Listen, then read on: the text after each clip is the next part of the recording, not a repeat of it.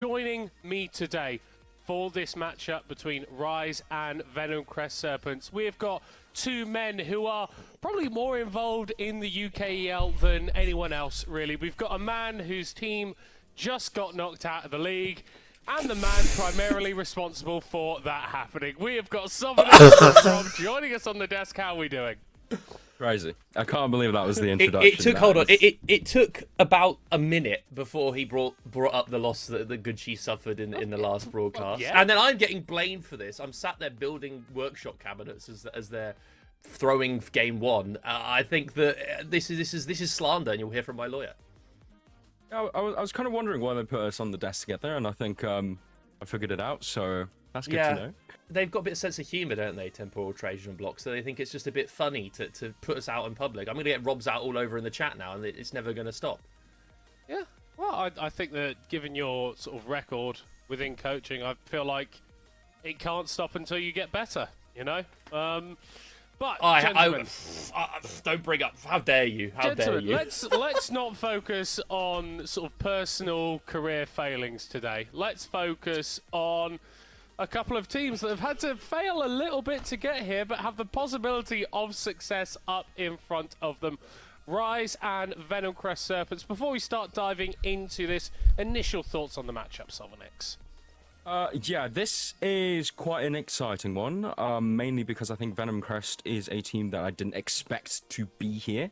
I think after the regular split, not too impressive. In all honesty, I'm not that impressed still by their top side. Mainly, that man in the bot lane, Chrisberg, Mateo as well as a support has been great. They have been the superstars for Venomcrest. I don't think I'm overly harsh in saying that the other parts of the roster have, kind of been a little bystander-ish style of players, but yeah, Chrisberg and Mateo, these guys have been popping off in the bot lane.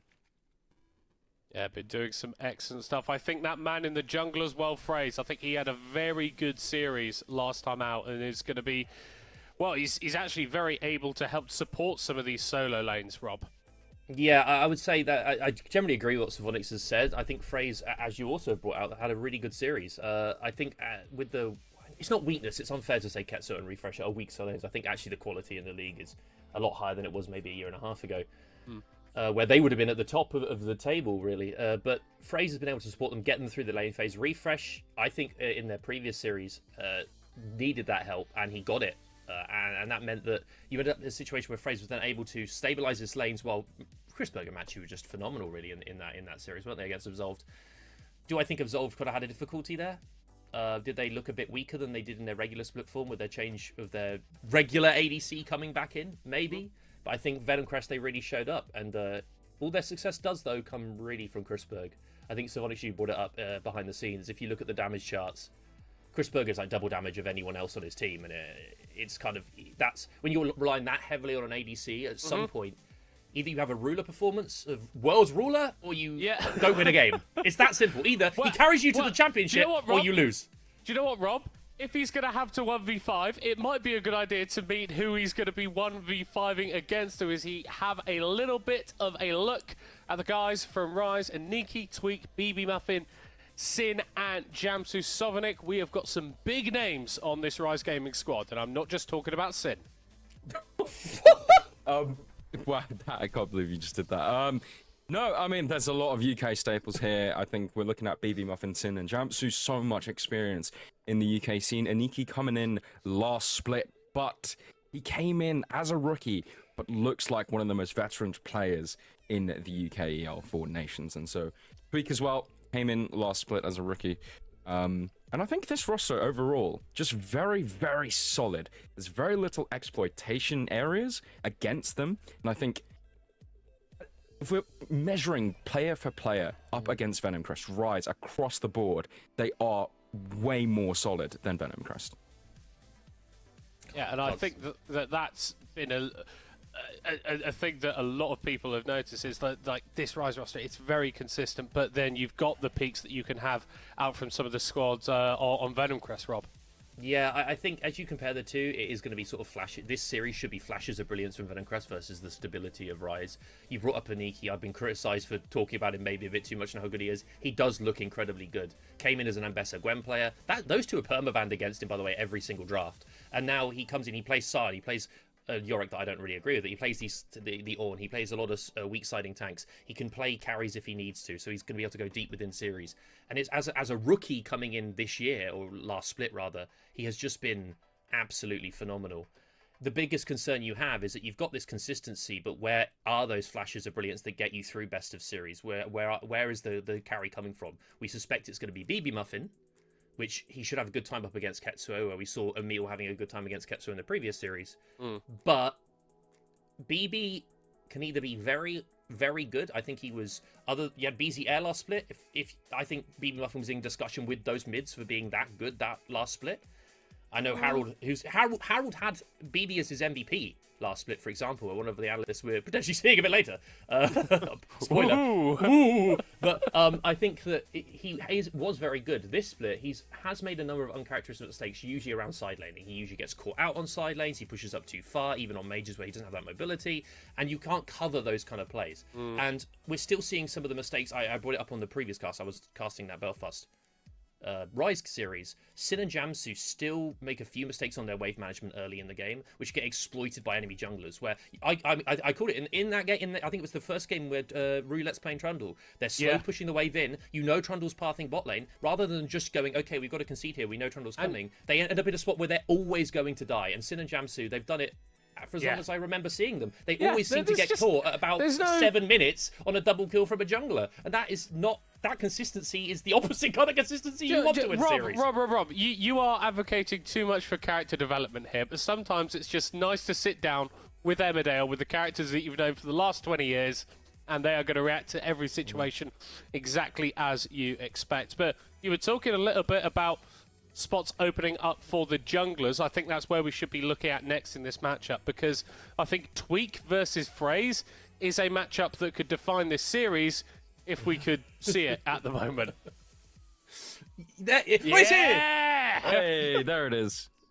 I mean, the stats, I think you brought this up as well, Symphonics. The stats, when we looked at this behind the scenes, they're looking not maybe the greatest, but if you actually look at what they show, low kills, kind of actually low deaths for the jungle role, which is often the sort of primary or secondary engage role, but a really decent number of assists coming through from every kind of player. And that's a kind of showcasing the state of the jungle now. It's showcasing what Phrase and Tweak are playing. They're going towards the Vize, Phrases, Maokai, things like this. They aren't putting in the same carry performances, but that is also probably because the teams don't need them to play the carries, they need them to play the facilitators. Yep. I actually want to make a point that these two players, their biggest jobs is to facilitate their carries, as you said. And honestly, what playing carry junglers, that's impressive. But what's even more impressive, if you can carry on a facilitator role, then you are a jungler of a higher tier than the rest of the league. And or maybe you've just been one-tricking Ivan ever since he's released, and the fact that he's just been OP for that entire space of time. But that's regardless, right? What it comes down to on this desk is we can talk about the players as much as you like, but everyone wants to hear, well, at least I want to hear, who we think is actually going to win this series. And I'll just keep saying that until the graphic loads. And yeah, well, no, it's coming. It's back again. It's back! Yeah! Woohoo! Right, why am I the only one that's predicted Venomcrest? What's going on? Sovonix, tell me why I'm wrong. well, I'm not going to tell you why you're wrong, because I'm not that confident in my prediction, even though I predicted a 2-0. Reason being is because I saw Chrisberg's stats and I'm like, bloody hell, that guy's crazy. So, listen, as a team, Rize is better, and it's a team game. That's literally why I have gone with Rize. However, I wouldn't be surprised if Chrisberg just drops the baddest 1v9 performance this series, and so I'm not going to hate on any Venomcrest predict. Yeah, I think that's pretty much where I'm lining up as well. I was really impressed with Phrase in the last series, and like him and Chrisberg popping off, and maybe it's not 1v9, maybe it's a 2v8, but I feel like that's more the angle for Venomcrest. But I think Rob, if we are going to be seeing a consistent game where no one is getting too out of control on either team, I think you'll be favouring Rize there. Yeah, I've got them 2-0 as well, but I'm the same with Savonics. I'm not that confident. I think that for me, it's stability versus flashes of brilliance. I always usually favour stability in series. In round robin best of ones, things can be a bit more volatile. Generally, even with best of threes, you start getting that stability on board. I do think if Fraze has a very good series, there is a good chance for a Venomcrest win, because he has been... It's weird to say because Crispur's been doing the damage, but as you said, Fraze in that last series did look very good. Was it against a team that when I was watching them, I was like, what the hell is going on with Absolve? Like, why are they suddenly playing much worse? Yes, so that's why I'm not put Venomcrest here, because I don't put that much weight in that win against Absolve, because I was watching Absolve and I'm seeing them just run around a bit like headless chickens, really, praying that Emil can 1v9 for them. And I just don't think that, which is his name on Twitter as well, if you want. No, never mind. If you want to confirm him, I guess. But he is a quality player, and we didn't see him in those positions where he was able to 1v9 on stuff like the Azir. That was taken away from him. They could have taken that in that series and probably got a win on the board with Emil being that good on it. So for me, it's got to be Rize here just for the consistency. Right, we are jumping into draft very thick and fast. Sovonix, quick go from you. What picks do you want to see prioritised first for both of these teams? Right question. So, in this current patch, I did get nerfed, but I think a lot of people are still confident in just B1ing that. You do have answers into it. I think the Varus and the Jinx are the common answers. What teams like to do against Yunara is to either outrange it, out DPS it, or out bully it in the laning phase. These are the weak points of that champion. However, wouldn't be surprised to see that sent straight away. Venomcrest bans make sense. Rob pointed it out earlier. You target Aniki, and that Yunara is gone. So, I'm maybe thinking they will just be on some of the priority junglers that are available right now. I think Xin Zhao, Wukong are the kind of champions that I have been seeing so far.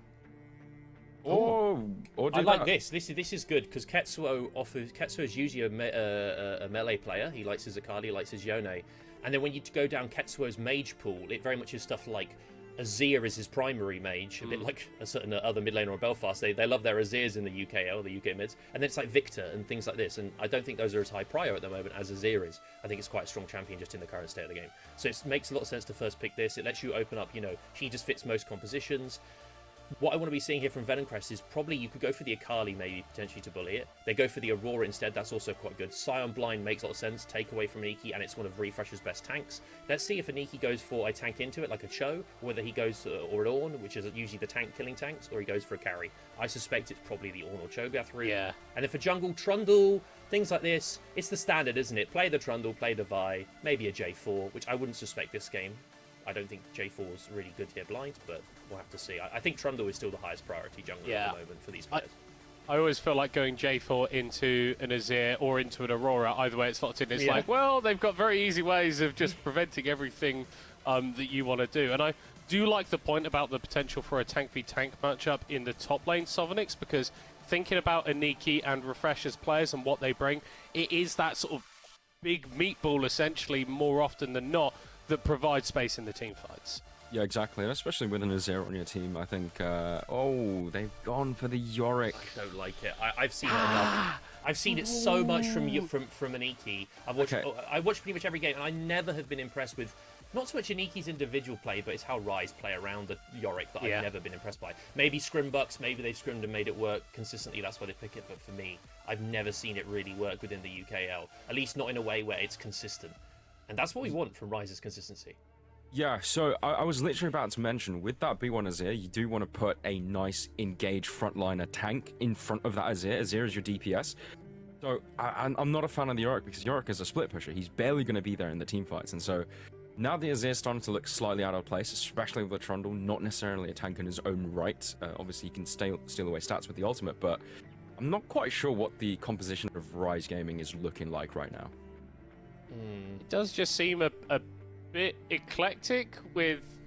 I mean, the Trundle and the Azir, like, you're happy against most of those things. The Yorick is, like, very strange. I think particularly going up against a Scion, where wave clear is actually something that he's fairly proficient at. But then, if we look over at Venomcrest, I feel like, despite locking in, at least theoretically, their three sort of main laners, there's a lot of flexibility even within those champions, but also in the jungle and support that they still need to pick up.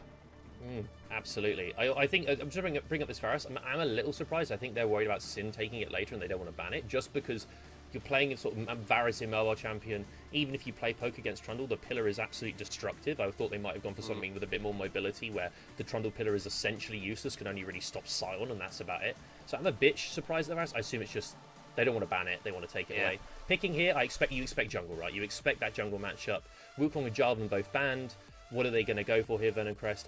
Against the Trundle, Jax was actually not that bad in jungle at the moment. Oh, that's a wild, crazy pull from out there, but most of the AD jungle suck. They're going to go for Phrase's Nunu. Yes. You like this in the previous series. They're going for it again. Makes a lot of sense. Magic damage jungler, very fast ganker, can look to just make things happen across the map for them early, and that's how Venomcrest need to play, really, isn't it? We've already discussed that.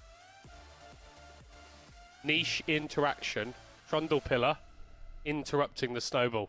Yeah. Wait. Do you know if the Yorick cage interrupts Snowball as well? Or? Oh, I think you've got to be like very on it with your timing, but I would assume so. Yeah, I assume so as well. Yeah. That's a bit rougher. I do like the Nunu. Yeah, I do like the Nunu. It is gonna be a pretty tough game. There's a lot of displacement tools here for Rize Gaming already. Like you mentioned, the pillar, the Emperor's Divide of the Azir as well does great job and stopping Nunu. The draft was reset. Rize. We just decided to be very nasty to Chris Berger Mathieu. Just suddenly appeared out of nowhere. They just descended from the heavens. It kind of just looks like they were just forced to play these champions for the draft. No, I'm kidding. Caitlyn Karma, it's a lane bully lane, but I don't. Again, I look at this Rize Gaming comp and I'm like, what is this? How do you start fights? Like ever? Is it? Because you have Azir, so you're like, okay, they're gonna go for a team fight comp, then they pick Trundle Yorick. If you give me an Ornn here instead of Yorick, I'm actually really liking it. Not so much a Cho, but if you give me an Ornn, I'm really in favour as we see the Nami now locked in instead of the Renata. Makes sense, Renata is not the happiest into that Karma, Caitlyn Karma lane, can't really interact with her, take a lot of damage. But yeah, if you gave me an Ornn here instead of the Yorick, I would be pretty happy. As you've been bringing up, you want to tank frontline. If you've got a lot of displacement then on top with the Ornn as well, so with Ornn, Trundle, Azir, and then Caitlyn Karma, you've got this you've got tanks, you've got like shielding, healing, you've got stability, you can play front to back. But now, I think they're really leaning into that lane bullying style, right? They're now going to just go Caitlyn Karma, let's try and bully this Varus, which is unlikely. Usually we saw Varus as an okay pick into stuff like the Caitlyn, along with an Ashe. Things like this, they're good into Caitlyn, so it's surprising to see the Kate picked up.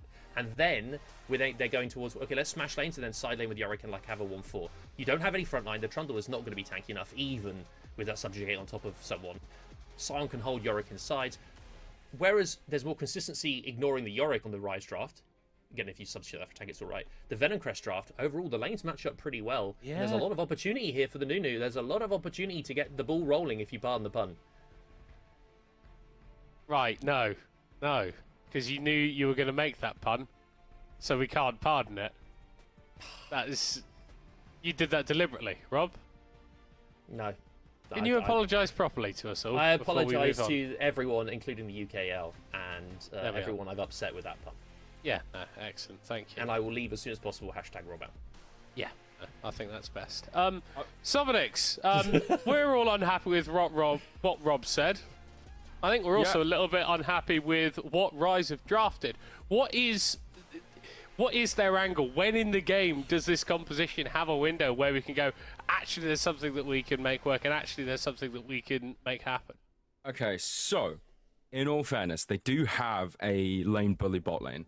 I think that is 100% going to be the focus. And what Venomcrest will do is put a lot of resources into that Varus Nami to try and protect them from possible dives, maybe TP plays from the Azir. What that does is isolate the Yorick into the Sion, which is exactly what the Yorick wants. So that is where an angle for Rize opens up. It's so niche as a win condition. We're not in LCK. These guys aren't like perfect players, right? And I feel like in draft you have to maximize your win conditions as much as possible. And I feel like Venomcrest, they've got multiple angles to play with here. You can go for early Nunu ganks, you can even rely on the scaling of the Varus Aurora. But for Rize, it's like, if you don't win bot lane, if Nunu doesn't get ganks off on your bot lane, then you can win. And that's kind of the only way they have to win this game is that bot side. So I'm concerned. That's just my opinion. Very quick from the both of you, because we need to throw to our casters at some point. Sovonix, we'll start with you. Post-draft, we thinking Venomcrest or Rize? Well, after that Nami pick, I think No, Venomcrest or Rize? I was going to make a pun. That's fine. Yeah, Rize. no, we've had enough of that. Rize. Venomcrest, Brilliant. Venomcrest. Oh, casters, please take me away from these people. God. Thank you so much, Middlecut, Savonix, and Rob. Hello, everybody. My name is Luna. I'm joined by Harold, and this promises to be a very interesting game number one. Yeah. We had a few words about the draft while we were watching the rest of the analyst desk going a bit mad over it. I do agree with some of the points that were brought up, like the Yorick for Aniki hasn't been the greatest pick, and it's Sion is one of the tanks that really likes letting it to Yorick because free health. Like, Yeah. free stats. Yeah, it's definitely going to prove to be interesting. So we've seen the desk predictions, and before we get into game, I think it's fair that we throw ours up as well. And while the desk was somewhat divided, we're on a united front, and Middlecut's not on his own, we promise. I think all three of us said the exact same scoreline in 2-1 Venomcrest. So there's some sort of coherence to the argument. Personally, I think Venomcrest is starting to ramp up a lot more. As we get later into playoffs, they had a bit of a rough split, but they're really starting to come into their own. And like the desk said, Chrisberg and Fraze have proven to be quite strong in recent performances. I mean, Chrisberg across the split has proven top tier AD carry time after time. I don't think it's unfair to say they can definitely take this. It would be a little bit of an upset, I think it's fair to say, but I don't think it's unfair to say they definitely can take it, especially when you look at the two comps that are on your screen currently. I think at the start of the split, when we were doing the pre-show podcast, I put Venomcrest as quite high, literally just because I said Matthew and Chrisberg are still one of the best bot lanes in the league. And in such a bot-centric meta as we have been right now, I think it's a really strong win condition that you can just play around. And these drafts really reflect that identity. Yes, you do have three, not necessarily losing, but lanes that will not get pushed in the early game. Maybe the Aurora can contest, maybe the Sion can contest, but you should have lanes that do not really get to have agency early on. But as soon as you get to those team fights, there's a lot of setup coming through from the jungle, from the top lane. There's a lot of CC. There's a lot of slows, which are very important when you're dealing with something like Trundle, who likes to kite around. I can see where the vision is coming through from the side of Venomcrest. Plus, there's the Venomcrest playoffs magic that we cannot evade, considering what happened at the end of last split. I feel like I feel like there's gonna make it 3. Yeah, I mean, I was watching Fraze's stream the other day, and he was one-tricking Udyr because funny, and he said, "No, man, it would be really cool to get into another final, but there's a lot of strong competition. 5AQ are looking really strong, but I think we can make it." So there is some confidence from the Venomcrest camp, but on the side of Rize, there is a really strong regular season performance and really solid early game punishing draft, where if you can play aggressive, you will be able to punish the side of Venomcrest for this early game, for this more scaling composition, but that they picked. But enough of my waffling. Take it over. We're on to the Rift for game number 1, and it looks like it's just going to be standard covers for now. The desk. I think we're coming back to us very quickly, actually. But we should be back in the game very shortly. Looks like standard cover. The desk was saying how they were expecting the game to be played towards that bottom side. Leave this top lane matchup in complete isolation. It kind of favors each side in different ways. The Yorick can get pressure, start to abuse her plates. The Sion just gets to sit there and stack health without too much trouble. And you want to make sure that whichever one of these bot lanes get ahead, they can take over the game. So we'll see where the junglers do in fact decide to start. If they stay where they are currently, it is likely that Tweak starts on the bottom side, which means they are looking to just push that top lane in. I'd like to take your thoughts on that as the resident top laner, Harold. Leave top lane alone, honestly. Like, you are maybe going to be able to punish the Sion with the Yorick, with the wall, and basically just trying to make it awkward for him, forcing a flash early on maybe with the wall and the pillar combo. But this should be a default pushing matchup. You will get outscaled in it as the Yorick, as the Sion will just slowly keep taking over the game with the stacking health and the Soul Force passive. But there's not really a need for early presence, as we see Tweak has rotated over to the top side and will start pathing down. Phrase doing the same, starting on his red. And I actually really want to bring up a point on Phrase, because he kind of, in my opinion, has been the kingmaker for Venomcrest. Every time they've looked good, beyond their MVPs, beyond all of their great players that they've had across the splits, he has been the high performer in the early game. He has been the one making the plays. He has been the one looking for the proactive angle. He has been the one making stuff happen on the map. And I don't think the situation is different, as much as we praise Matthew and Chrisberg's laning prowess for getting this Venomcrest roster so far up in these standings. Yeah, I think that's a very, very valid assumption of the game at hand. That being said, the other game is going to be relatively slow, and we can actually see here that Phrase has skipped Krugs and Wolves and Blue and gone straight to Grom. Potentially looking for a very early lane gank in towards this bottom lane, getting completely ahead of the tempo as the snowball is charging.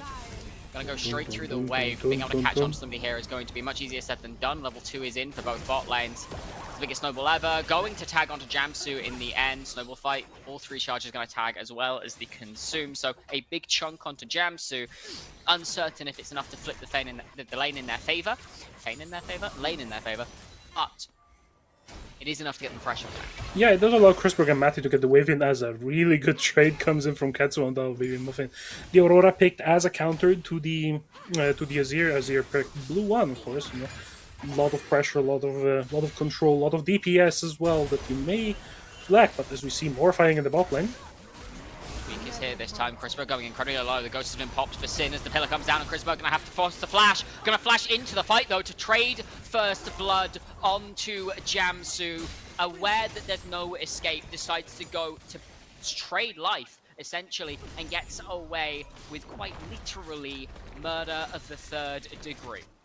Yeah, I mean, really good proactive play on the side of Chrisberg, really recognizing that he doesn't really have a window to escape, so just knows his life is forfeit and makes one last dying stand to take out the enemy support. But yeah, 1-for-1 in the bot lane.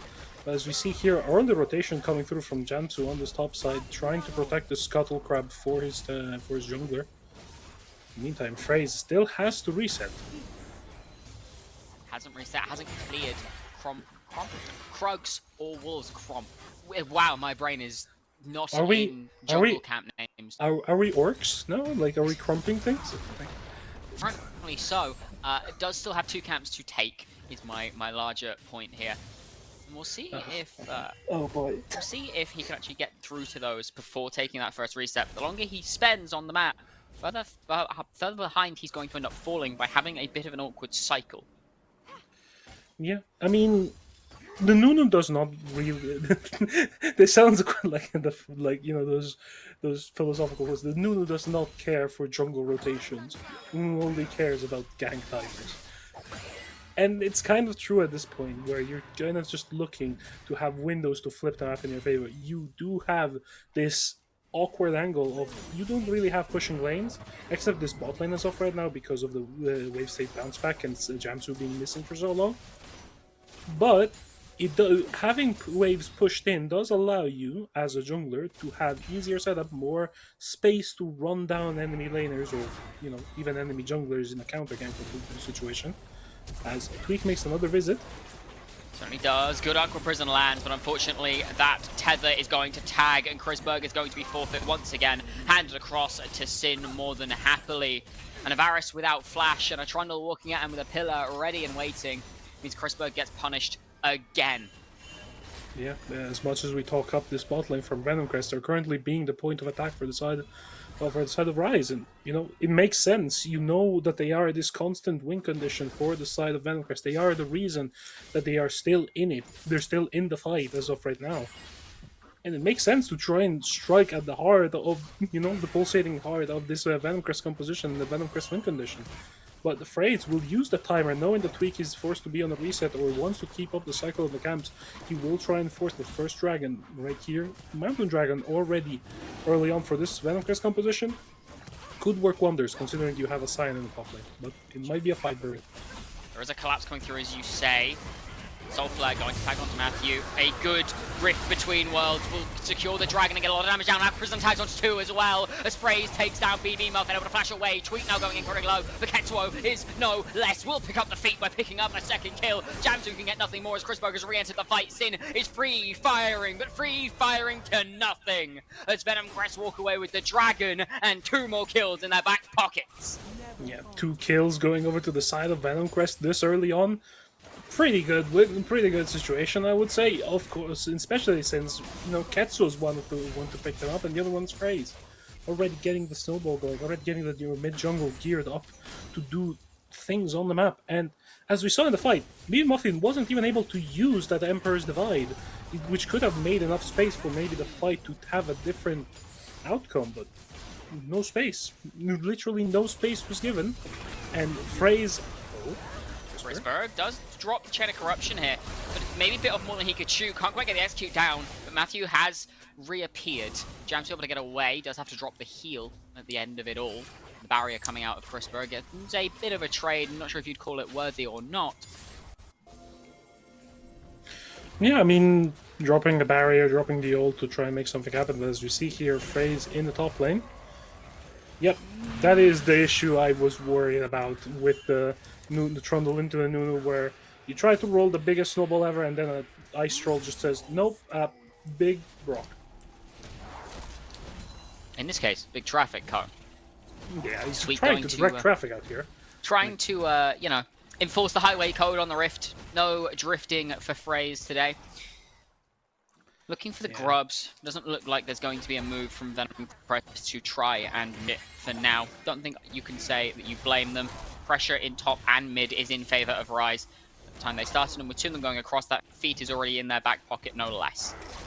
Yeah, getting that feat of warfare early on rolling is really great outcome for the side of Venomcrest that really want to look to try and slow down this game. Already getting the early Drakes is a good way to do that. To, you know, try and delay the Drake stacking maybe, but you are currently fighting in a situation where your bot lane is somehow up in CS. Yes, the wave is crashing, but still, that is a 1-wave advantage for Chrisberg. Somehow.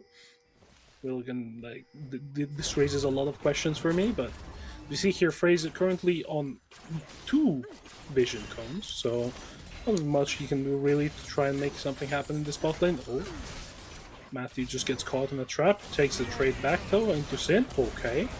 Chain of Corruption comes down, Prison comes in and will secure that first kill. The amount of damage coming out of this bot lane at this point is ungodly, completely unseen by Sin. You can see he's not expecting to get 100 to 0'd in that instance. Have to tank up the chain, try and keep trading. Tweak is in the area, Jamsu going relatively low. Fraze could be looking to go for a dive here, but is sat on a stealth ward at present. So only time will tell. Struggling to get this wave under. It's likely to just back off after this crashes, but another kill going across to Venomcrest, even if only onto the Nami, incredibly impactful. Yeah, I mean, this bot lane not getting ahead was the win condition that we detailed out for the side of Rize. They did a lot of good things early on to try and deny as much pressure as they could, and now they're just falling trapped to these, you know, it feels like ego plays at some point, because you're just playing in the auto range of a Varus as a Caitlyn, getting 3 stacks of the Blight passive on you, he just freeze ults you, and then you're just... Oh, nice sidestep by BB Muffin in the meantime, but yeah, you're just giving them winning trades for naught, it feels like.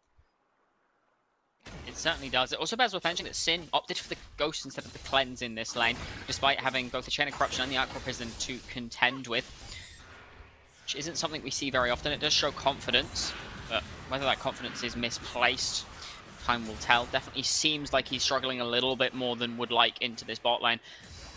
But if we just have a very brief look at gold where possible, we'll have a look at just how far apart the bot lane is, and if there is much of a gap at all, because that is where our eyes are in this game. It was said on the desk, and we said it before we came into game as well, Chrisberg has been the stalwart carry of Venomcrest, and well, playing the Lethality Varus, you definitely want to be able to keep the lead going. Yeah, I mean, the entire identity of Lethality Varus is being able to outpace the tempo of the game just because your items are so cheap, but as we see a fight on the top side. Niki forced to flash away from the absolute 0. That is the ultimate down for Fraze, but you'll take it in trade for the top lane as Flash gives Refresh a little bit more safety. Dragon up in just a couple of seconds as Ketsuo maybe a bit deeper than he would like to be. Both the bot lane and the jungler roaming up here. Looking at maybe hunting some Why are they delaying wabbits. this so much? They saw the Venomcrest jungler topside, and they're delaying this dragon take so much. You had the move, you had the vision, and now you're just gonna get contested. That they are. Ketsuo still waiting in the wings, doesn't have the chance to reset yet, but does take a good chunk of Jamsu's health away. His Tweak now gonna have to flash away from the tidal wave. Phrase flashes to get the root from the snowball fight, and Tweak's going incredibly low. Arrow goes a little bit wide, Sin is still free firing, Ketsuo is completely out of mana. Root comes down onto Sin, and a good shuffle from BB Muffin forces the flash out Ketsuo. Phrase, however, has him on the back. He will be the next one to fall. Teleport coming in from Refresh as Chrisberg pockets some Kentucky Fried Chicken into his coffers, shall we say. I'm not sure what you'd call what a Darkstar has, but this dragon is in Venomcrest's hands. And just like that, they put themselves one more neutral away from having Feats of Strength. Yeah, and probably I would say absorbed in a black hole more than anything, considering the Darkstar theme. But yeah, another fight around the Drake goes on the side of Venomcrest. It feels like on the side of Rize, you are waiting for something. And I'm currently looking at this map, I'm currently looking at this game, and I'm not sure what you're waiting for. Because you are going to get outscaled, especially come mid-game time. This Caitlyn is not going to hit as hard as a Varus. You're not going to be able to match the burst coming out of an Aurora. You're not going to be able to frontline as effectively as the Scion will be able to late in the mid-game. So you're stuck between these two choices of doing nothing, and in the meantime, Jamsu just dies. Phrase, look for a gank on the bot lane, found onto Jamsu, and that's another kill into the back pocket of this Nunu. The Nunu, might I add, that's going Leandry's first item, and a Dark Seal with 6 stacks. Hell yeah, now, ooh. Onto BB Muffin, finds the biggest snowball ever, Riftune Well comes in, and a good block onto the shuffle. Allows for another kill into this Nunu's pocket. Venomcrest, they're showing mastery over their composition. We said that they want to slow this game down, and yet they are on an all-out aggressive assault in this game. Aniki now next on the list of ganks. It's just one after the other. Bot to mid to top. The root comes down. And while Phrase is able to just walk away for now, never mind! Cut down by the shovel of Aniki. Tweak is behind as well. The wall comes down. They could look to dive this. The wave will be crashing any second now. And the Maiden is doing everything she needs to do. Subjugate comes down. Jamsu falls again in the bottom side to Chrisberg. In the meantime, Tweak's tanking this up, but can tank no longer. But one more auto for Aniki is enough to finalize Refresh's last right. And just like that, there's another couple of kills on the top side, both onto the Yorick.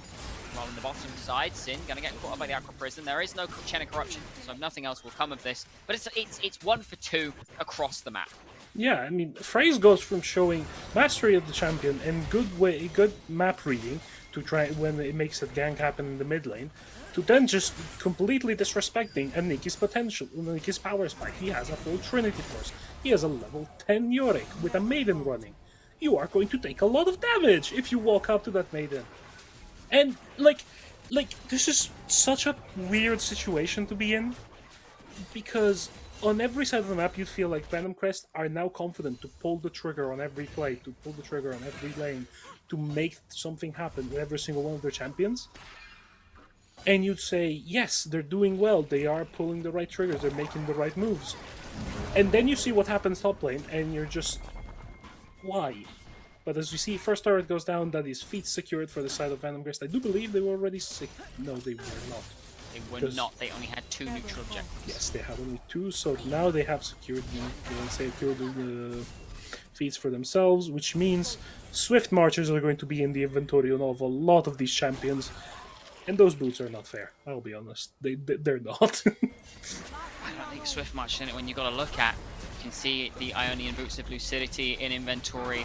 Matthew already. Rize, however, in the meantime, going to be looking on this Herald. They want to try and get something as a consolation prize for that bot lane tower. In goes Refresh. Before Phrase or Matthew can get in range, Tidal Wave tags onto 2. Refresh taking up a lot of time. Herald is taken by Venomcrest as the absolute 0 plus the root means that down goes Aniki. Their eulogy that can save you from outright assault from the Freljord, coupled with a Darkins check.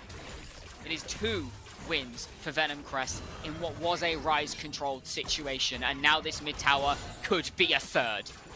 Rize had everything available. Refresh is forced to engage into a bad situation, but as you see here, Chrisberg is trying to force something. Ooh, talking of Refresh, just being walked down by Tweak here. Munch. Not quite another Munch, going to be able to escape for now as Tweak's actually going really low. Refresh flashes in and finds the solo kill onto the tank killer!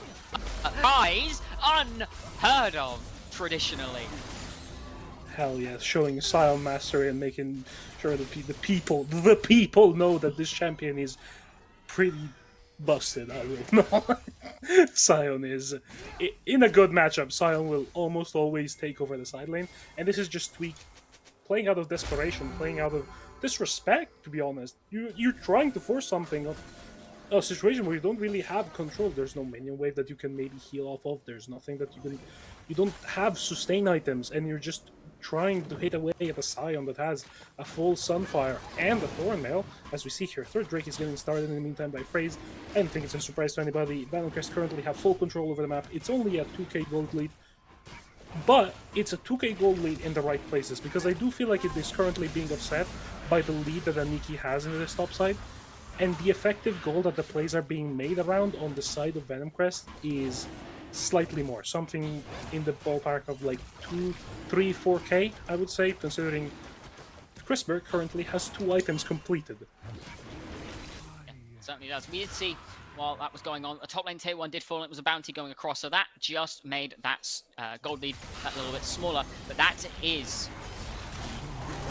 the sole point, as there's a dive coming in onto Refresh, 3 members strong. Tweak taking up a lot of damage from this tower, though, as Refresh still just doesn't die. Will go down in the end, thanks to the Subjugate shredding through him, but with 3 members strong on the bot side, Matthew, Ketsuo, and Rize are looking to take down a tier 2 of their own, and with a Herald in their back pocket, they can continue this push on relentlessly. Chrisberg happy to handle 2 in the mid lane, and while they may get a tier 2 in the top lane for the side of Rize, you could even lose an inhibitor here, as Jamsu forced to return home, along with Sin and BB Muffin moving down as well. Rize make 1 play, Venomcrest move to counter.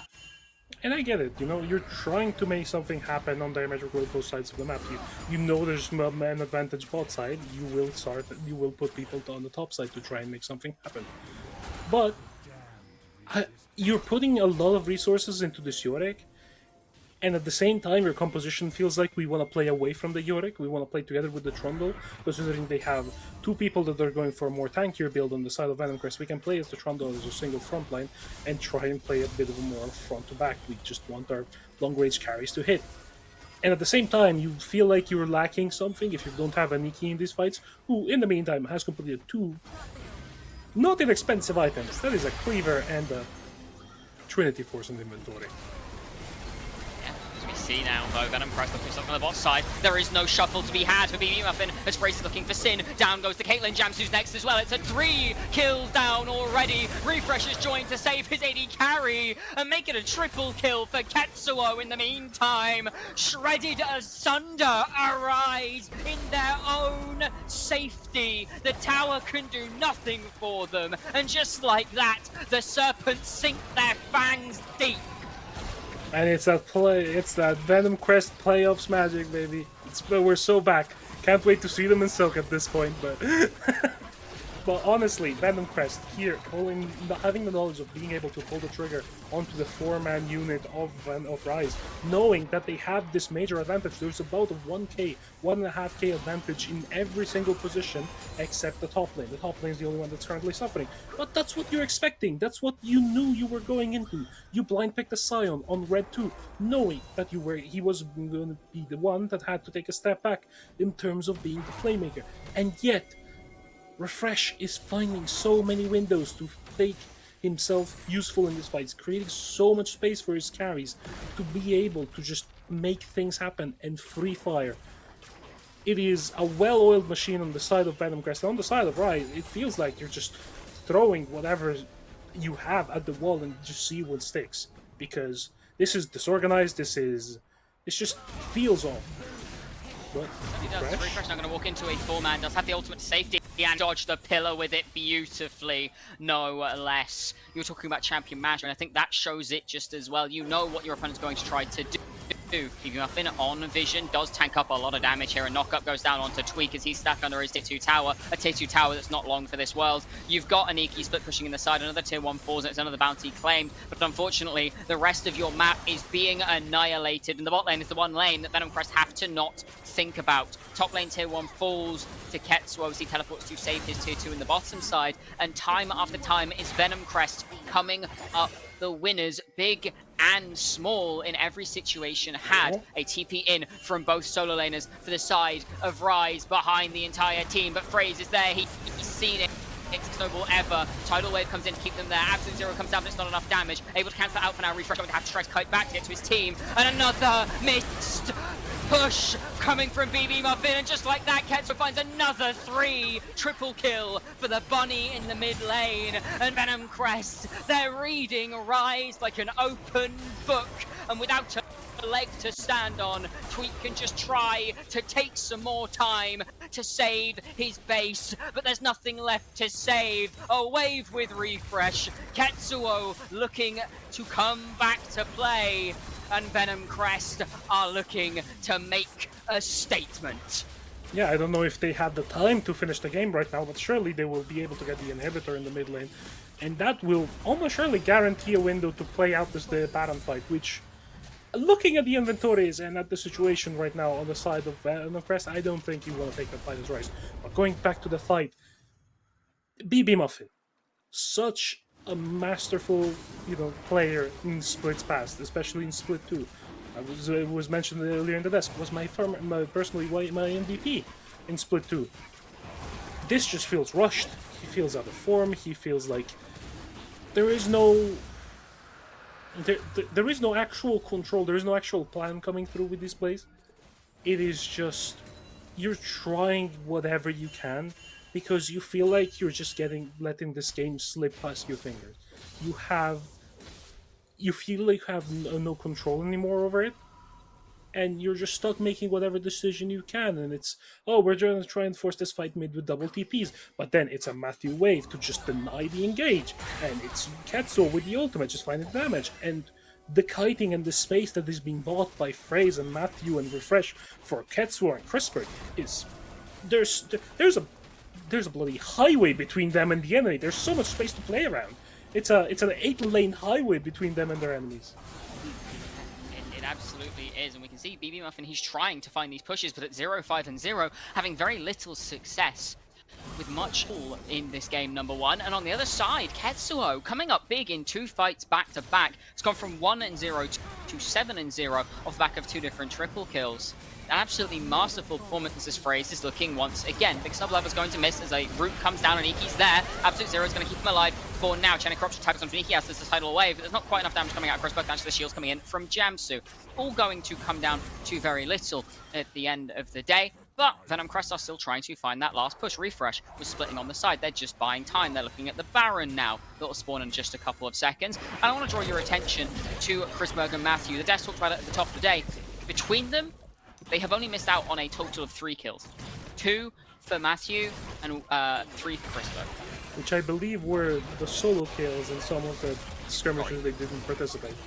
4 for CRISPR. I can't count. Yeah, neither can I, to be honest. So. But honestly, this is, on the side of Venomcrest, you are playing around your win condition. You already have the soul in your back pocket. Who kills this Scion? Who kills anybody? Where's it's your Ocean empty Soul. healing? The Baron goes down at 2 versus the Worm. You can see Rize, they're looking for something. They want the chance to find anything, but Sin is just annihilated with 1 arrow. That's all it took, and he has to ghost away. The healing from Jamsu as well as Big Snow Lover comes in. Ketsuo uses the Rifting World to try and make some space and get to the rest of Rize, but all he finds is a Niki. With his Ear Tower coming up in the mid lane, the attention turns to bot lane, and this second inhibitor tower that has been bashed on several times this game. It will fall here. A second inhibitor will fall here. And Rize may very well just fall here as well. We'll see what Venomcrest decide to do. They have 2 waves crashing into the base. You can tell they're looking to keep this going. Venomcrest have no need to push for an engage or anything. They have Baron up wave, they do have supers coming in. They don't really have a need to end the game now. They're in this great situation where you're not forced to really do anything. You can just play off of your opponent's mistakes of trying to force back into this game. But honestly, as you were mentioning, Ketsuo, the desk doubted his pick coming through in the draft. They doubted the Aurora pick coming through because Ketsuo has not been one of those standout mid laners in this meta, I would say. This meta has been a lot of Zir, a lot of Victor, a lot of Orianna, Hui, these champions that rely on wave clear to be their main strength throughout the game, and a lot of long range damage or team fight damage. Katsuo, very much well known for his AD choices, for his more melee picks, his assassin picks. His phrase just fails to snowball. We didn't see that. But on the Aurora, it's a champion that's, yes, it's not melee, but gives you so much freedom of movement to try and make plays around the map that it doesn't really matter. It feels like he's exactly at home as an engage comes through. And it does. Refresh is stuck under the tower and taking up a lot of damage here. He's stuck in the Oracle wall, so the ultimate takes him nowhere. But Ketsuo's on the backside. And finally, an Empress Divide tags onto Ketsuo. He lives for now, but Refresh is able to take down that final inhibitor tower. Chrisberg is raining hell known as arrows onto the side of Rize. And we'll see if Venomcrest decide that they do still want to push for the end here. TP back in from Ketsuo. Matthew and Chrisberg in the mid lane. They could very much look for this if they so pleased. Sin gonna get blown sky high. Ketsuo sinks his teeth in. Tweak now, Jamsu, both stuck. An absolute zero comes in, and a good Aqua Prism will take Jamsu down. Tweak is next on the list as Chrisberg flashes to take that one as well. Never mind, just walks up behind his tank. And it is BB Muffin and Aniki, the solo lanes that we expected to have a hand over Venomcrest left to defend their base.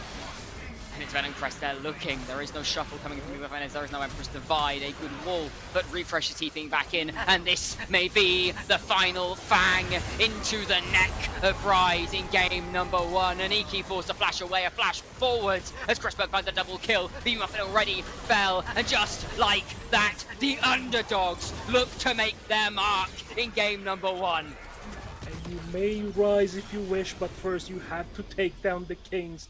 Venomcrest take down Rize in game 1 with a stunning performance, honestly. What a game. What a game. So much praise to be thrown all around for the side of Venomcrest, honestly. Ketsuo, Phrase, Chrisberg, Matthew, Refresh. Everybody lived up to their part. It was a perfectly orchestrated opera of macro and micro domination. It absolutely was. It was an absolutely incredible game, and I think it was an incredible showing of mastery, compositional mastery, no less, coming through from Venomcrest, because there was doubts. While we said their comp was better than Rize's, there's always going to be that level of doubt. You know, you've got 3 lanes that should realistically be pushed in.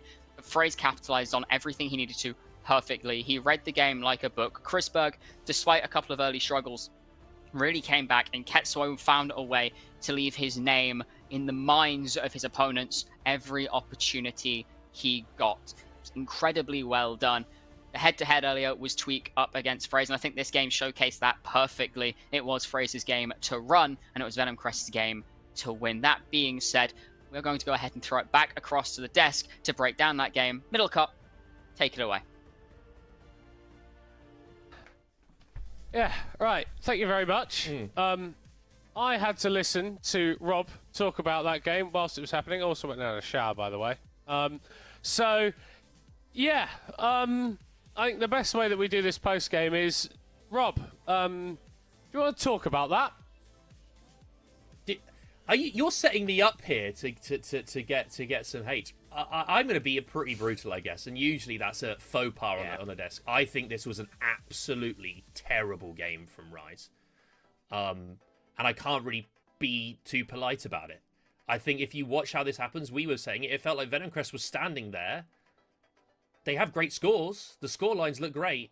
As we see here, the sort of a couple replays come through where they're trying to punish Aniki, and Aniki manages to get ahead in this game. Gross. This is disgusting damage. But other than this, let's be honest, most of what Rize was doing this game was running in and just dying. And this is partly because of their comp, and partly just because it seemed like a lot of them were really out of sorts. We were all saying this. It didn't feel like this was the same BB.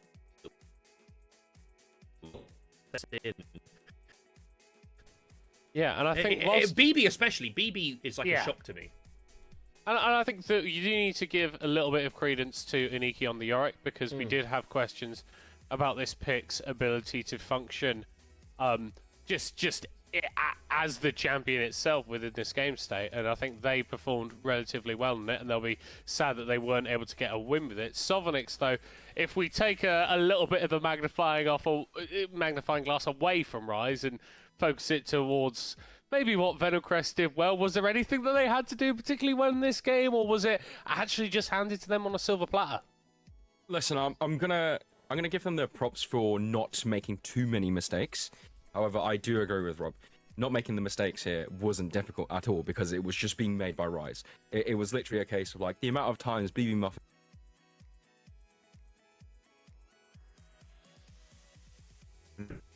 it was such a mess from Rize, partially because of the draft, but I think the way they played it also was pretty poor. It's really difficult to comment on games like this, because it's just like, for a team that is so solid, to see individual mistakes just cost them the game is very surprising to me, at least. We didn't have a replay, right? We didn't have a replay from the Dragon fight where they both get hit by the bubble. I think that for sort of content advisory reasons and to maintain the age rating of this stream, I don't think we're going to be able to show that. You're welcome, everybody. But looking forward, I guess, a little bit. Oh, no, we are. Oh, that scared me. I thought we were going to have to see. Right, and again, I feel like we need to be brutally honest. In our replay request folder, we've got...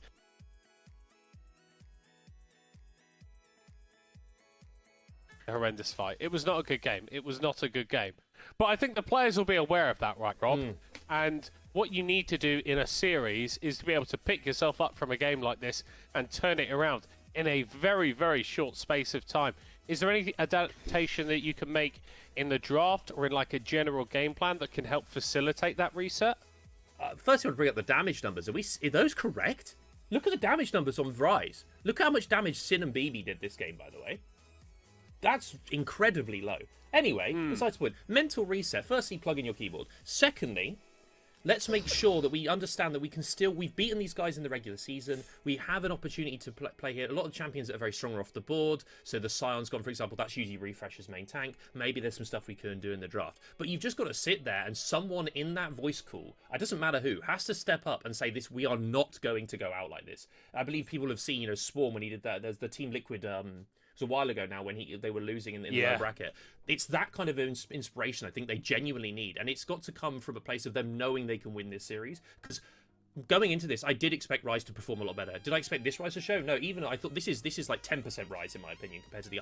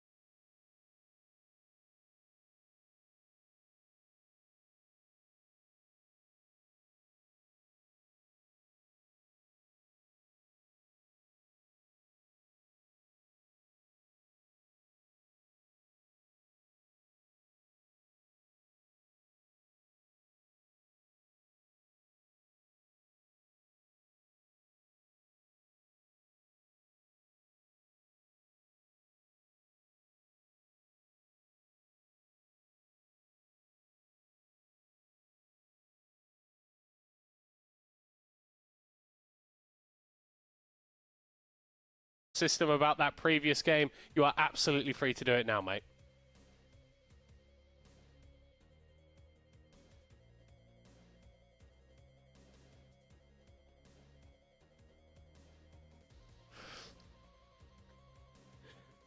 Well, it's interesting. It's interesting, Rob, because I believe you're not heard. You have lost speaking privileges. I can hear you, unfortunately, through Discord, but yeah, no, there's been a cruel prank played on you. I actually don't know when your mic's going to come back in, so that's something that maybe we need to sort out. Maybe we just never have any Rob. They got it. Maybe. They got it all along. I can speak on behalf of Rob. Oh my God, what the hell? No, I'm joking. I was gonna say, actually, to be fair, if you're Rize and you lose a game, you kind of want to lose it like that in a weird way, because you can kind of just be like, look, we just played out of character, let's just forget about it and then go to the next game. However, to be fair, knowing some of the players, I know that they will be mentally affected by this performance, which may potentially concern me for their approach into this next game. Well, I mean, you would be mentally affected by a game like that, wouldn't you? We were. Yeah. We were mentally affected by that game, so I can imagine Some playing of it. us. I can't. But no, I was pretty mentally affected, I'm not gonna lie. No, it's Psychic damage, yeah. Yeah. Well, do you know what? The nice thing is, like, that's the sort of game that if you play it, like, in solo queue or just in, like, fives with your friends, you go, like, we can't end on that one. And for Rize, they are not going to end on that one. They do have the second chance, the ability to come back in. And whilst that is going to be quite I would imagine, quite a damaging game to have played and to have experienced, it's like, we've seen Rize win games before. We know that whilst this may be what their floor is, their ceiling is significantly higher.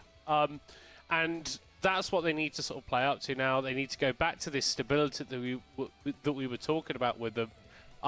And I think Sovereigns try a little bit less hard to make things work. Just trust in yourselves a little bit more and don't overly react and create a game plan based on what your opponents want to do.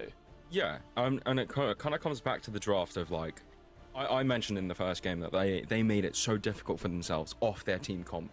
And you could see in the game that they were forced to make these errors because it almost felt like the individual players were just like, we're in such a desperate time to make a flashy play, that it just led to so many mistakes happen across the board. And so why not, heading into the second game, take a page out of your enemy's book and build a composition that has multiple win conditions and is easy to execute as well. Oh God, it's CRISPR Lucian. He kind of took down Absolved on that, right? He had an absurdly good game on that, and that's being first pick. Did. He's that confident, by the way. I think after that game, we haven't said this. If you're Venomcrest, you're sitting there saying, we can stand there and Rize will win the game for us, it feels like. So let's just play these champions we're comfortable on, and we're going to be able to take it away. Like, right now, what is Sin going to bring out? Because what do you want to play? Aphelios is the classic, was always the classic back in the day into the Lucian to stand your ground ADC. That doesn't feel as popular at the moment. So there's no Varus, Corki's gone, Yanara's gone, there's no Caitlyn. What's the bot lane going to bring out of Rize? Because that was a problem this game. We didn't see it on camera very much. That last game, they were dying a lot. I think that maybe the little bit of solace for Sin is that was, I think, a bit more on Jamson than him himself. I don't think that Sin did anything incredible that game, but if we're going to point fingers and say where the weaknesses are, I don't think we'd be pointing as many fingers at Sin. So I think that for him, I think it's fine for him to sort of stay on the role that he likes to be of, like a secondary AD carry, playing something that is going to enable. Or actually we go, do you know what, Sin, you are like the one damage roll that wasn't doing dreadful. So go, Kai'Sa, Vi immediately locked in, jump on top of someone and kill them. That's what Rize are going to have to do with these two champions and the rest of them. Yeah, it's a tough lane because you're probably expecting Venomcrest runs and then Enchanter that pairs well with the Lucian here. And I know Kai'Sa pairings like the Nautilus struggle a little bit. I'm going full blurry mode, don't know what's happening there. Struggle a little bit into the likes of Emilio, but I like the Vi. Tweak's Vi is very, very strong. And it is a compo pick for him, and I think that is exactly what you need to do after a game like that. But we do see a Nautilus pairing with a Lucian. Surprising. I thought it might have been a Braum. I know blind Braum sounds weird, but if you think about what was taken off the board the last game, there's no Karma to punish it, for example. And Kai'Sa Karma's terrible. Kai'Sa and Vi are already coming into you. You kind of want some sort of, engage support along with the Kai'Sa. So I'm a bit surprised that it wasn't a Braum pickup here, with it being a Lucian Braum combination, which we saw in the last series, how good Chris Matthew is at that. So with the Talia hover, this also makes a lot of sense now. In some ways, I was really worried for Rise's draft, because I was like, a Braum comes through, that makes these two champions harder, and then what you want to play with them harder to play. But now... I quite like if they pivot to this Talia, the Zed ban as well against Ketso, more of a melee mid player, but this Talia sort of denies a Jax, denies a Lucian, and denies an Orthus from really being able to make plays.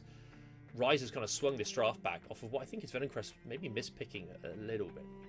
Yeah, so Sovonix, what would you say your wish list for both teams is coming into the second phase?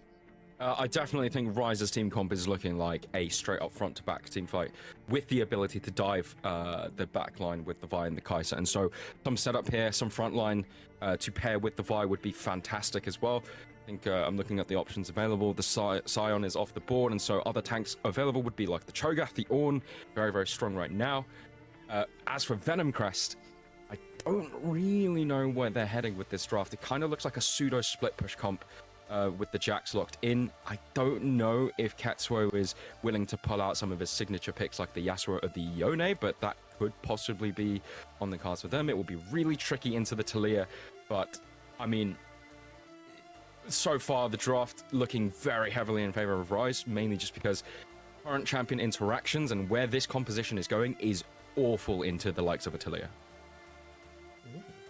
Yeah, it's pretty rough if you're the Lucian, if you're the Jax, if you're the Nautilus, if you're any of the champions that you've locked in playing up against the Talia, and I think that's only made even harder by the presence of this Ornn, right? Lucian is not like one of those traditional tank-killing ADCs. It's Nautilus jungle. Oh my word. It got buffed, didn't it? I completely forgot. Oh my word, we are It's getting naughty! We are getting naughty, people! Wow. That's really interesting. Jamsu's Nautilus is was one of his better picks, so taking that away makes sense. Yeah. So that you put it in the jungle, which it has been coming up because the clear is incredibly good with the buffs that the patch notes that came. I think you massively improved his clear speed to being one of the best in the game. You now take the Braum, so they can't take that into the Nautilus itself. And with this, what looks like maybe a Hui, any kind of long range poke here would be really, really good. Don't really want to play melees into Talia. You've now pivoted into a position where this Ornn has a lot harder time. And now you're going to be playing into a Braum with a Vi Kai'Sa. I really like this as we see the Rakan lock in. It's the only engage left that you can really play into a Braum well. It's gone back again. The pendulum has swung back, and I'm really liking some of the edits from Venomcrest. Venomcrest coaching staff are just rubbing their nipples right now. Like, this is just... It's all just gone exactly how they would have liked to, has it not? Yeah, they've baited Rize. Yeah. Yeah. It's a really nice flex pick there. I don't think anyone or like either of us expected that as well. I will say it's still not going to be the easiest of games. I do think the Ornn ultimate being rendered a lot weaker with that Braum is a great look for Venomcrest, but we're still looking at a Vitalia Kai'Sa threat combination there from Rize. I'm looking at who exactly is killing the Ornn. If the Quay goes behind in the early game, Lucian's probably not going to shred through that one as quick as other AD carries, and so yeah, it's still not the easiest game for Venomcrest.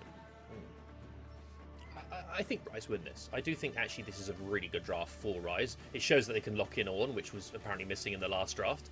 It showed they've got a team fight comp. They've got the ability to play Vi and Rakan, who can. They don't need either of them to play primary engage. Ornn can do that for them. Lots of engage, lots of damage, dive potential, front to back. It's got it pretty much all. The only question here is how good is this Nautilus and Braum combo going to be? Because Matthew has been an incredible Braum this split. Really good.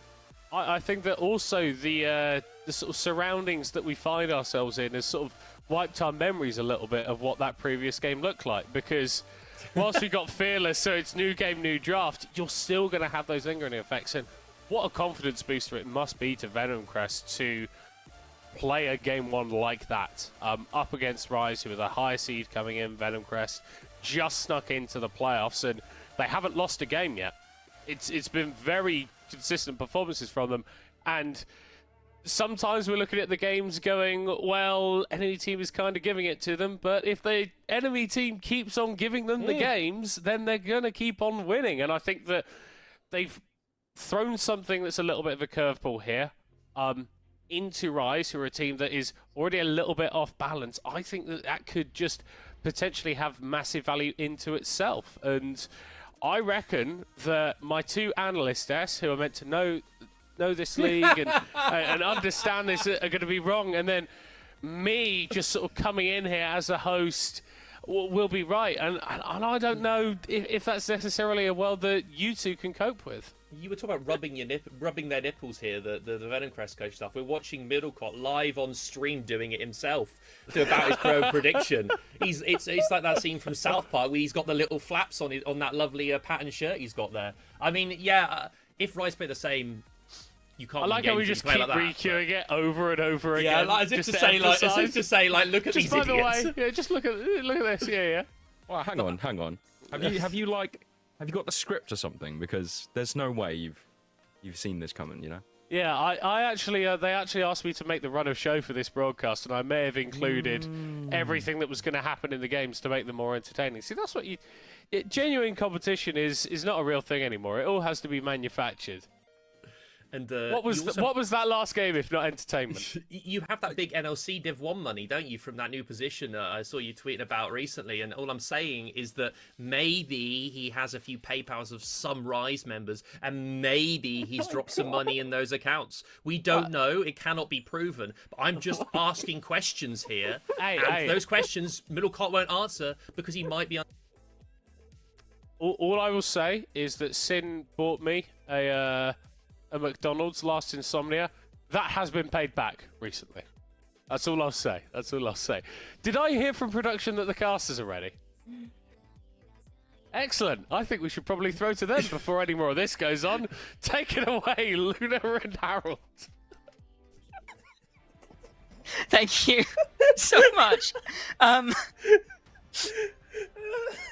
That was a desk of all time. A little bit entertaining, shall we say. We're talking about entertainment. Ladies and gentlemen, are you not entertained by our wonderful host and analysts? Do not think it could have been more interesting if they had tried. Now, Middlecott, I know you've come in as the host. You've had to give a prediction. But don't forget, you're not the only one that's given this prediction. In fact, you said the exact same thing as Harold and I did in 2-1 for Venomcrest. So we might not be exactly right. You're not on your own in this boat. We too are Venomcrest believers, and that draft, for me personally, definitely still favoring Venomcrest. I mean, the Nautilus flex, nobody was thinking about it, and I don't think me or you or anybody on the... I don't think any of us really mentioned it at all. Yeah, and then they just slammed the Brom on 4 after you see the what's the name of the champion? Ornn. Sorry, I don't play that champion enough to remember the name. But yeah, honestly, it's already a bit of a draft gap coming through for the side of Venomcrest, in my opinion. It is a question of whether you can take the lead that you have in the bot lane with the Lucian combo to get it paired up with the Braum into a pretty heavy engage combo. Well, not pretty heavy, it's just an engage comp because it's Ornn, it's Vi, it's Rakan, and it's Kai'Sa. There it is. Got there in the end. Yeah. Yes, it is quite a heavy engaged team comp, and it definitely isn't going to be the easiest thing to play into. But if Game 1 is anything to go off of, Venomcrest are more than poised to do so. And I think the big question that I have as we head on to the Rift for game number 1 is, are you expecting Game 2 to be anything like Game 1 with the early power that Venomcrest show? I think Venomcrest are looking for it, considering Fraze has not gone for the standard rune on the Nautilus. That's Conqueror on the Nautilus. That is signifying to me that you really want to take these early trades, you really want to take these early fights, early skirmishes, you want to try and make something happen as soon as you can on the map. And this 5-stack is probably the first part of it. You're looking for whatever advantage you can get, and Fraze is just going to walk into the river. Nick is going to have first vision, he's going to just start walking away. He's likely out of vision, no, he can see it with the Searing Bolt. Not going to be able to find that level 1, as you say. Aniki able to spot out and walk away. Now Refresh walking into the jungler just to get a ward down is going to be seen here. Walking out again, thanks to the ward that Tweak was able to drop as well, alongside the ward that got put down in that bottom side by BB Muffin. We'll see if there was placed quite that plays early. any consequence. That ward was placed quite early. I don't know if it's gonna last until Phrase gets to that camp.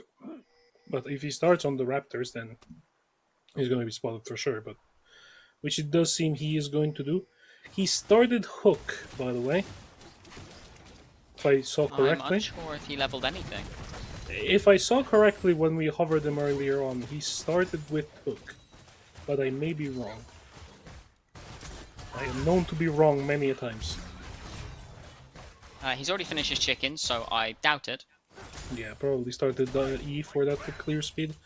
In the meantime, bit of trading going on in the bot lane. You know, the Rakan has had that possibility of just weaving in and out of the fight into the Braum. You know, not one of the usual engaged champions. He gets the space to just play it out, as we see here. Phrase going for a reverse buff clear. Just probably gonna try and flip this clear around as soon as the first clear is done, getting towards the bot side to try and impact the 2v2. As we see here, Ketso is currently getting pushed in by BB Muffin, which is par for the course. It is Talia in the early game. But so far, nothing really surprising going on. No, pretty standard games. We see reverse pathing coming in from both of the junglers, which is interesting. Not really expecting the Nautilus to be looking to gang the Jax elite. Definitely not the world's worst idea.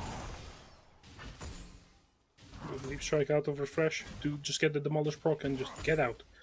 This is probably the way you have to play this matchup. This is not a matchup where you're really gonna look to have not necessarily kills, but like aggressive trade. You're just looking to stack up the weight, push into the military and just keep getting the plates, maybe proxy a wave or two. Just keep getting items, keep outscaling the Soren, keep being the menace on the side lane even later on into the game. But as we see here, Chrisberg and Matthew are currently giving a lot of respect to Jansu and saying they know they don't have to fight, their jungler's not on their side of the map. While they do have some information on Tweak, they probably know that he is on the bot side. They have a ward in the river that he's going to spot him right now, which means they will probably back off. Chrisberg uses that relentless pursuit to just dash out. He's going to get jumped on here by the Vault Breaker. Tweak able to find his mark, but a good use of the Unbreakable just to stop any further follow-up damage, but it is a favourable trade for the side of Rize. It will force a reset out of both Chrisberg and Matthew. Yeah, I mean, they saw the enemy jungler. I don't know why they kept stepping up for the fight.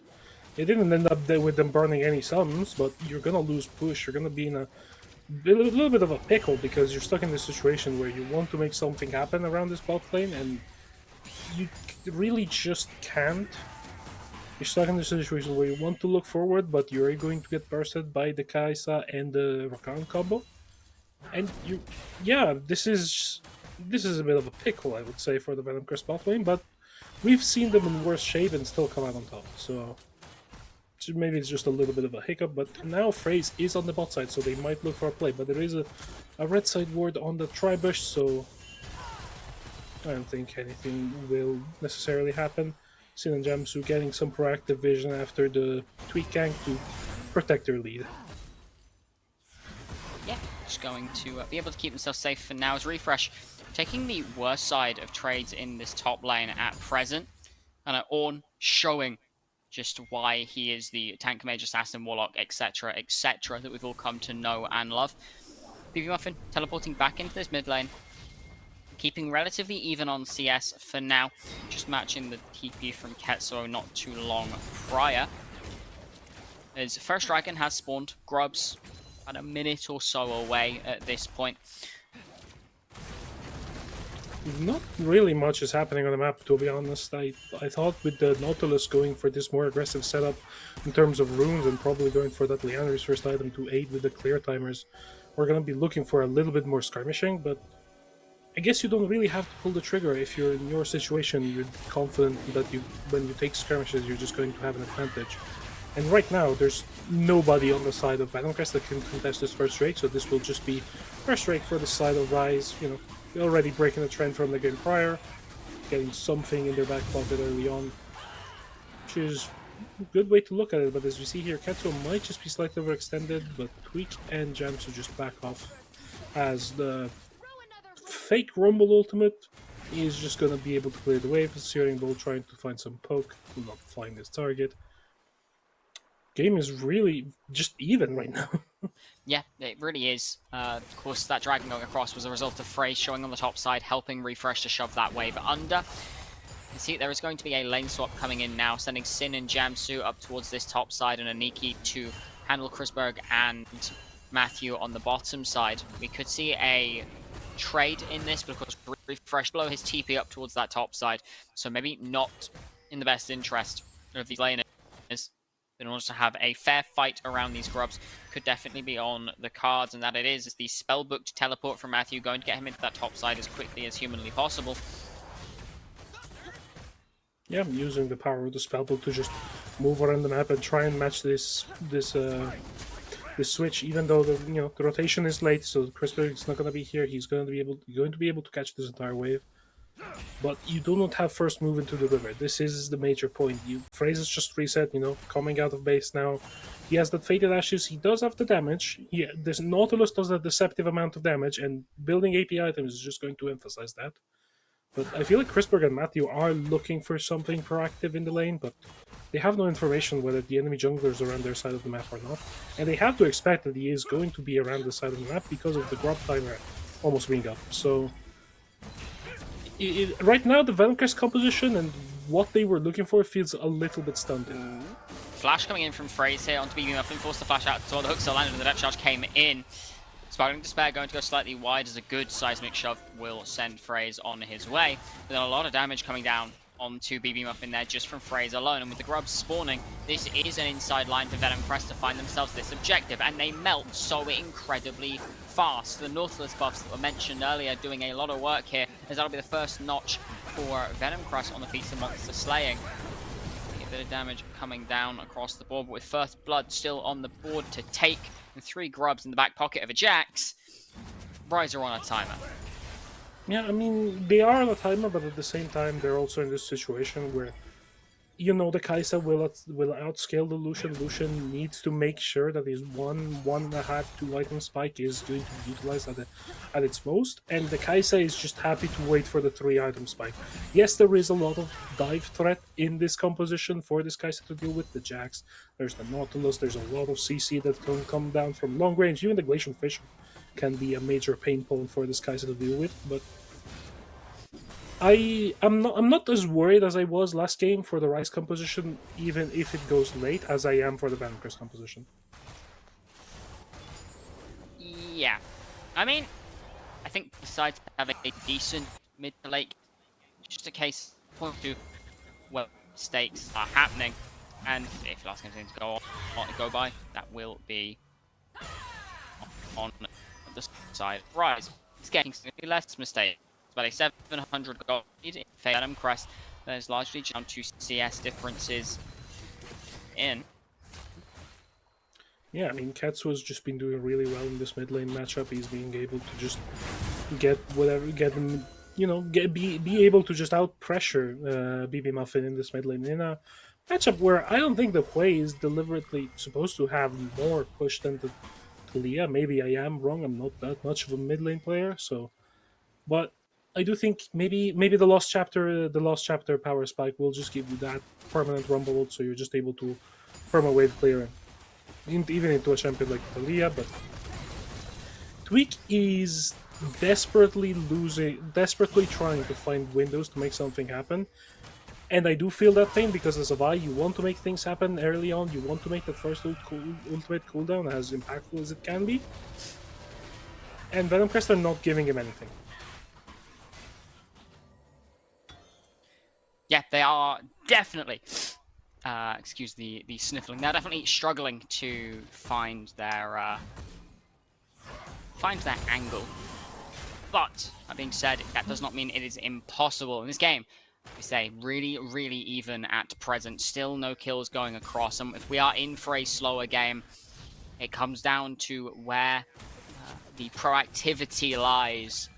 Venomcrest have proven they're no stranger to being a proactive phrase, continuing to look for something to play on.